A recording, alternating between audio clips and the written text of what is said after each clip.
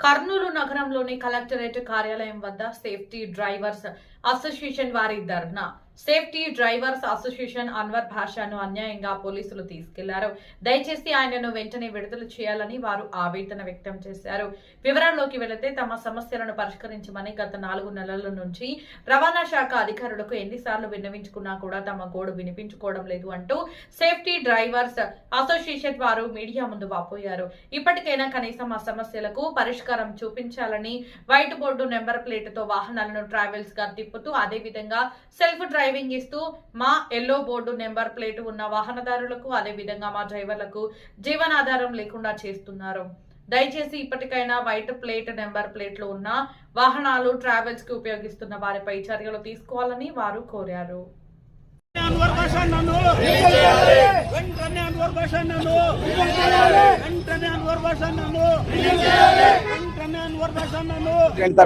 శ్రీనివాస్ యాదవ్ మాట్లాడుతున్నా. మా ముఖ్య డిమాండ్లు ఏమంటే కర్నూలులో ఉన్నటువంటి సెల్ఫ్ డ్రైవ్ కార్లని బ్లాబ్లా అలాగే ఊబర్ ఇట్లాంటి ప్రైవేట్ సంస్థలని అలా కాకుండా అడ్డాల నుంచి ప్యాసింజర్ తో వెళ్ళేటువంటి వెహికల్స్ ని వీటిని నివారించాలని మా ముఖ్య డిమాండ్. అలాగే గవర్నమెంట్ 12 సంవత్సరాల నుంచి 35,000 గవర్నమెంట్ వెహికల్స్ కి రెంట్స్ ఇస్తున్నారు.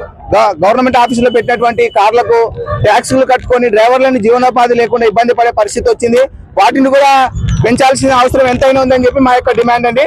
కర్నూలులో ఉండేటువంటి ట్రావెల్స్ కానీ డ్రైవర్స్ కానీ డ్రైవర్ కమ్ ఓనర్స్ కానీ వీరందరూ చాలా నష్టపోతున్నారు.